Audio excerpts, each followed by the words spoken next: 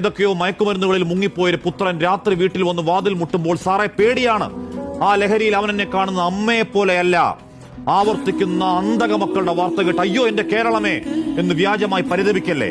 അമ്മയെ സഹോദരിയെ കണ്ടാൽ തിരിച്ചറിയാത്തവണ്ണം രണ്ടാമത് ആലോചിക്കാതെ മാതാവിന്റെ കഴുത്തറക്കാനും മാത്രം തലച്ചോറിൽ തിമിരം ബാധിച്ച തലമുറ പിഴച്ചു പോകുന്ന കാര്യം ഇന്നു രാവിലെ നമുക്കുണ്ടായ തിരിച്ചറിവല്ല.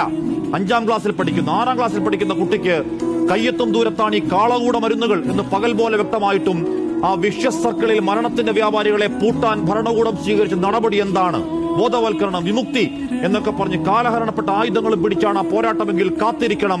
എപ്പോൾ വേണമെങ്കിലും പള്ളക്ക് കയറാവുന്ന ഒരു കത്തി തലയിൽ കൈവച്ച് ഇനിയും കാണാം ബോധം നഷ്ടപ്പെട്ട് പേയിളകിയവരുടെ ബ്രൂട്ടൽ നരഹത്യകൾ. കൗമാരമെത്തും മുന്നേ അടിപ്പെട്ട് ദ്രവിച്ചില്ലാതാകുന്ന ഇളം പ്രായത്തിന്റെ കൂട്ടക്കുഴിമാടങ്ങൾ എന്തെങ്കിലുമൊക്കെ കെൽപ്പോടെ ചെയ്യണം സർക്കാർ. എന്നിട്ടാകാം ഇലപ്പുള്ളിയിൽ വെള്ളമൂറ്റി ലഹരിയുണ്ടാക്കാൻ കള്ളുകച്ചവടക്കാരന് പരവതാനി. ഏതൊക്കെയോ മയക്കുമരുന്നുകളിൽ മുങ്ങിപ്പോയൊരു പുത്രൻ രാത്രി വീട്ടിൽ വന്ന്